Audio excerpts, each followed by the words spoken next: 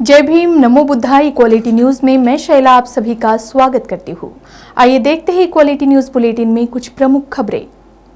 महाराष्ट्र में राष्ट्रवादी Congress party NCP प्रमुख शरद पवार ने ईडी सीबीआई को लेकर एक बार फिर केंद्र सरकार पर निशाना साधा है। अनिल देशमुख की गिरफ्तारी पर शरद पवार खफा हुए। उन्होंने कहा कि बीजेपी को हर हिसाब की कीमत चुकानी होगी। वहीं उन्होंने अमरावती और महाराष्ट्र के कुछ इलाकों में पिछले दिनों हुई हिंसा को दुर्भाग्यपूर्ण करार दिया है। राष्ट्रवादी कांग्रेस पार्टी एनसीपी प्रमुख शरद पवार ने कहा कि एनसीपी हो, कांग्रेस हो या शिवसेना, हमारे सभी सहयोगियों को कई सरकारी एजेंसियों द्वारा गलत इस्तेमाल कर परेशान किया जा रहा है। इस दौरान बीजेपी पर हमला बोलते हुए पवार ने कहा कि आपने अनिल देशमुख को जेल में डाल दिया है और परमवीर सिंह फरार चल रहे हैं। आपने जो भी किया उसका हिसाब देना होगा। ऐसा पहला मौका था जब शरद पवार ने खुलकर अनिल देशमुख का समर्थन किया है। शरद पवार ने कहा कि अनिल देशमुख के साथ जो हुआ वो सरासर अन्याय है। दरअसल पूर्व मंत्री अनिल देशमुख फिलहाल मनी लॉन्ड्रिंग मामले में जेल में है। उन्हें प्रवर्तन निदेशालय यानी ईडी ने गिरफ्तार किया है। इस बीच शरद पवार ने राजनीति में बीजेपी के विकल्प को लेकर भी बात कही। उन्होंने बुधवार को कहा कि अगले आम चुनाव में संभावित बीजेपी विरोधी गठबंधन का नेतृत्व कौन करेगा यह कोई मुद्दा नहीं है और लोगों को उनकी इच्छा अनुसार राजनीतिक विकल्प देने की जरूरत है। वहीं अमरावती और महाराष्ट्र के कुछ इलाकों में पिछले दिनों हुई हिंसा को दुर्भाग्यपूर्ण करार देते हुए पवार ने कहा कि सरकार को एक ऐसी पॉलिसी बनानी चाहिए जिससे इस तरह की घटनाओं में नुकसान उठाने वाले कारोबारियों और दुकानदारों की भरपाई की जा सके। उन्होंने कहा कि निर्दोष दुकानदार और कारोबारी हिंसा का शिकार होते हैं और कोई गलती नहीं होने के बावजूद उन्हें नुकसान होता है।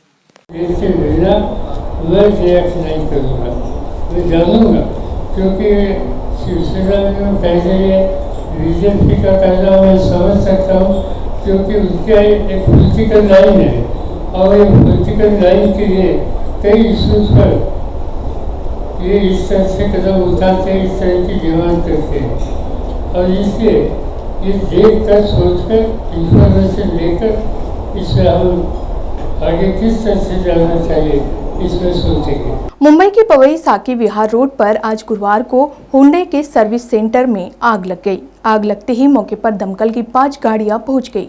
हालांकि आग लगने के कारणों का पता नहीं चल पाया है। गुरुवार सुबह मुंबई के पवई साकी विहार रोड पर स्थित हुंडई कार के सर्विस सेंटर में भीषण आग लग गई। इस अग्निकांड में पूरा सर्विस सेंटर जलकर खाक हो गया है। मौके पर दमकल की आधा दर्जन गाड़ियां आग बुझाने पहुंची।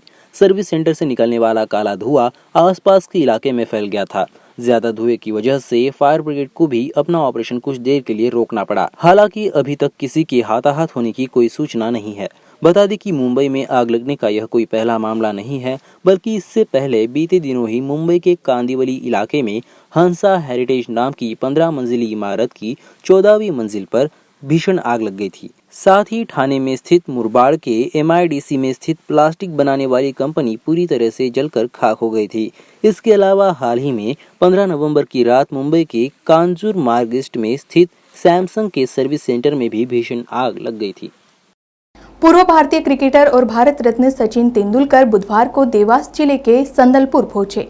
दरअसल सचिन बच्चों की शिक्षा के लिए काम करने वाले एक NGO के कार्यक्रम में शामिल होने पहुंचे थे। दरअसल मास्टर ब्लास्टर सचिन तेंदुलकर परिवार नाम के NGO से जुड़े हैं, जो गरीब बच्चों की शिक्षा के लिए बड़े स्तर पर काम कर रहा है। सचिन तेंदुलकर का फाउंडेशन भी गरीब बच्चों की शिक्षा के लिए काम कर रहा है। ऐसे में सचिन भी इससे जुड़कर 650 बच्चों की शिक्षा का खर्चा उठाएंगे। तेंदुलकर ने NGO परिवार के साथ साझेदारी की है। इसी के मद्देनजर NGO परिवार संस्था के आयोजन में शामिल होने मास्टर ब्लास्टर सचिन तेंदुलकर संदलपुर पहुंचे थे।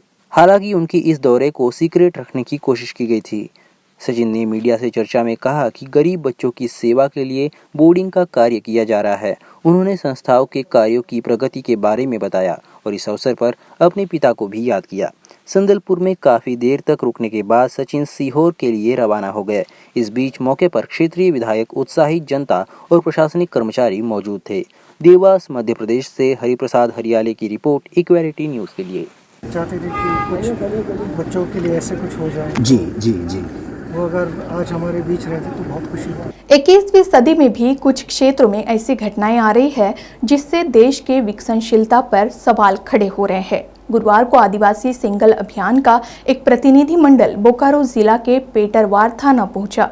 उन्होंने सती प्रथा की तरह डायन प्रथा को समाज से समाप्त करने की मांग की। इसके लिए थाना प्रभारी पूनम कुजूर एवं पेटरवार बीडीओ को इस संबंध में 5 सूत्री ज्ञापन भी सौंपा गया। ज्ञात हो कि पिछले 8 नवंबर और 12 नवंबर 2021 को आदिवासी सेंगेल अभियान के राष्ट्रीय अध्यक्ष पूर्व सांसद सालखन मुर्मू के आह्वान पर सेंगेल के कार्यकर्ताओं ने भारत के 5 प्रदेशों जैसे बिहार, बंगाल, असम, उड़ीसा, झारखंड के सभी जिलाधीशों, डीसी, एसडीएम को ज्ञापन पत्र सौंपा है। इसका एक प्रतिलिपि अब संबंधित थाना या प्रखंड अंचल अधिकारियों को सौंपा जा रहा है। बता दें कि डायन प्रथा सती प्रथा की तरह आदिवासी गांव समाज में बिहार, बंगाल, आसाम, उड़ीसा, झारखंड आदि प्रांतों के आदिवासी बहुल क्षेत्रों और खासकर संताल समाज में बड़े स्तर पर व्याप्त है, जिसके चलते आदिवासी महिलाओं को हत्या, हिंसा, प्रताड़ना का शिकार होना पड़ता है, जो संविधान कानून द्वारा संचालित भारतीय जनजीवन में मानवीय गरिमा, न्याय और शांति के रास्ते पर आतंकवादी हमले की तरह एक अहम चुनौती है। पेटरवार, बोकारो, झारखंड से सत्येंद्र टुडू की report. Kamthi dragon palace temple द्वारा आगामी 19 से 21 नवंबर तक वर्धापन दिन महोत्सव मनाया जा रहा है। ज्ञात हो कि हर वर्ष कार्तिक पूर्णिमा के अवसर पर ड्रैगन पैलेस का वर्धापन दिन मनाया जाता है, जिसके तहत इस बार भी 19 से 21 नवंबर तक वर्धापन दिन समारोह मनाया जा रहा है, जिसकी जानकारी पूर्व राज्य मंत्री सुलेखाताई कुंभारे ने दी। ड्रॅगन पॅलेस टेम्पल हे शांती शिल्प म्हणून जगात प्रसिद्ध झालेलं आहे आणि ड्रॅगन पॅलेस उद्घाटन कार्तिक पौर्णिमेच्या पावन पर्वावर 1999 साली झालं। त्याप्रसंगी जपान येथील 115 भिक्षू हे प्रामुख्याने उपस्थित होते। ड्रॅगन पॅलेसच्या दानदात्या महाउपासिका जपान येथील मॅडम नोरिको ओगावा यासुद्धा त्या कार्यक्रमाला उपस्थित होते। ड्रॅगन पॅलेसला आता 22 वर्ष झालेले आहेत आणि या निमित्ताने ड्रॅगन पॅलेस या ठिकाणी कार्तिक पौर्णिमेच्या पावन पर्वावर 19 ते 21 ड्रॅगन पॅलेस महोत्सवाचं आम्ही आयोजन केलेलं आहे। त्यामध्ये प्रामुख्याने शुक्रवारला सकाळी 10:30 वाजता भिक्षू संघाच्या प्रमुख उपस्थितीमध्ये विशेष बुद्धवंदना संपन्न होईल। भंतेजींच्या वतीने धम्मदेशना देण्यात येईल। उपस्थित भंतेजींना चिवरदान व भोजनदान सुद्धा या ठिकाणी देण्यात येईल। इक्वालिटी न्यूज़ बुलेटिन में अभी के लिए बस इतना ही। खबरों की अधिक जानकारी के लिए आज ही इक्वालिटी सिनेमा ऐप को डाउनलोड करें और सब्सक्राइब करना ना भूलें। जय भीम, नमो बुद्धाय।